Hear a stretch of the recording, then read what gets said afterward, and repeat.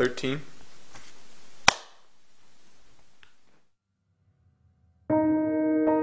Chris Williams, C-H-R-I-S, W-I-L-L-I-A-M-S.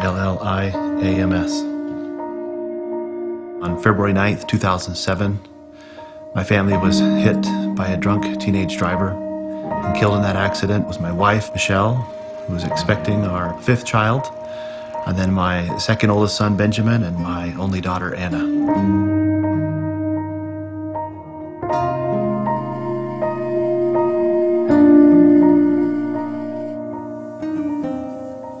It was a Friday night like any other in our family. It was full of fun. We'd gone out to dinner as a family, and my oldest son was off with friends. I saw a pair of headlights coming at me at incredibly fast rate of speed, so as I tried to do some maneuvers to get out of the way, it was too late. We were hit broadside or T-boned. As I surveyed the scene and saw my wife, I saw her chest go down and her last breath leave her body, and I wanted to cry out for her to come back.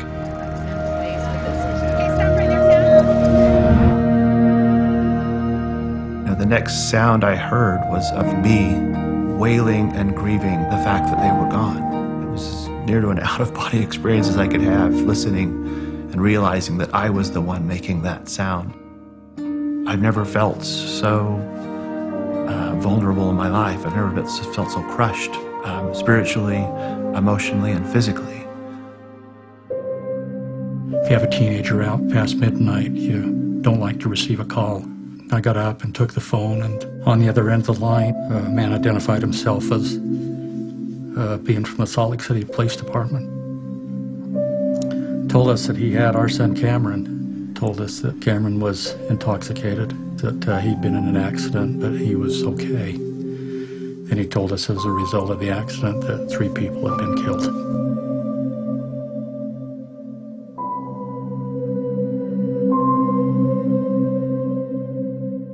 We found out that Sam was the child who had survived. So we went up to the University Hospital where Chris's family were there. Even at that moment, you know, we're all blubbering and crying, and Chris is laying on the gurney in a neck brace. And one of the first things he asks is, how is the young man who was driving the other car? You know, for the first few months after the accident, I think it was just the initial shock that such a huge part of my life was now gone. And that's a very difficult thing to go through, to kneel down and desire to speak to my Father in heaven when I'm so lonely or when I'm so anguished. It's an interesting conversation to have. You know, he doesn't immediately try and make it better. He listens to me first. And I thought that was very helpful. He allowed me to get that anger off my chest. But inevitably, he would always come back and teach me about his son, Jesus Christ. When I did feel anger, or there was just a deep sense of loneliness, I didn't direct that at the person that had caused this. It directed itself at the Savior. As I looked out the driver's window and saw the overturned car that had hit us and struck us, you know, in my heart I didn't know, and in my mind I didn't understand or comprehend still how it had happened, or who had done it to us, or what the circumstances were. The only thing I remember feeling and sensing is that I needed to let this go.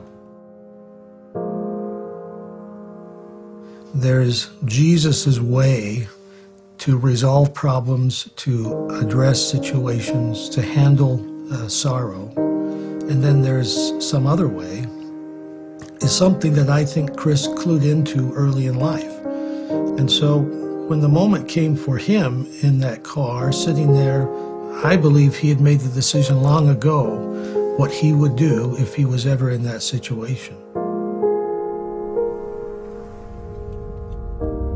About a year ago, Chris and Cameron met for the first time and talked.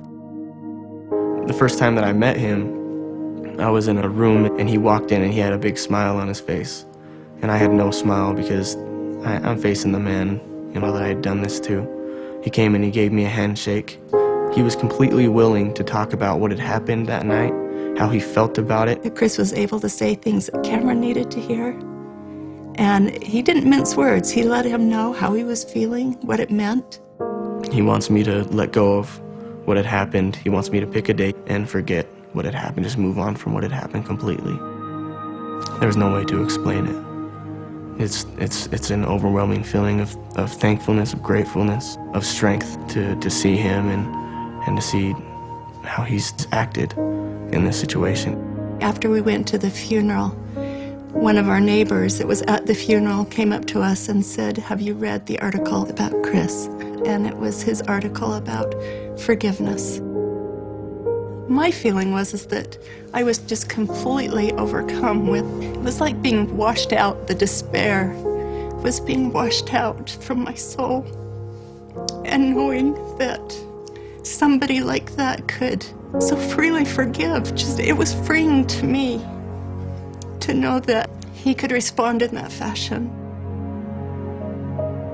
The thought and sentiment I expressed as I sat down with Cameron was simply this, that if through the forgiveness or through anything else he had seen or heard about me doing after the accident, that he should know it was merely the Savior working through me. I had merely put myself in a situation to be a vessel through which the Spirit, through which his example, through which his knowledge, his intelligence, his brilliance could shine. That's really all I had to do, was to not get in the way of that. I wanted him to understand that I really didn't have much to do with any of the goodness that has come out of that.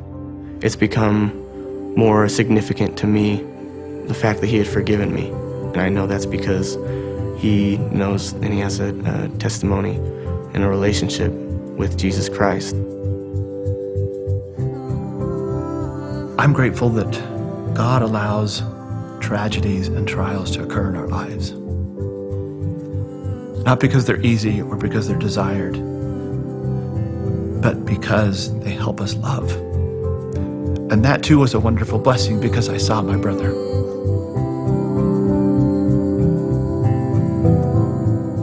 Coming to know a man of sorrow and one who is acquainted with grief, as I've now come to understand, it is really why I was sent here.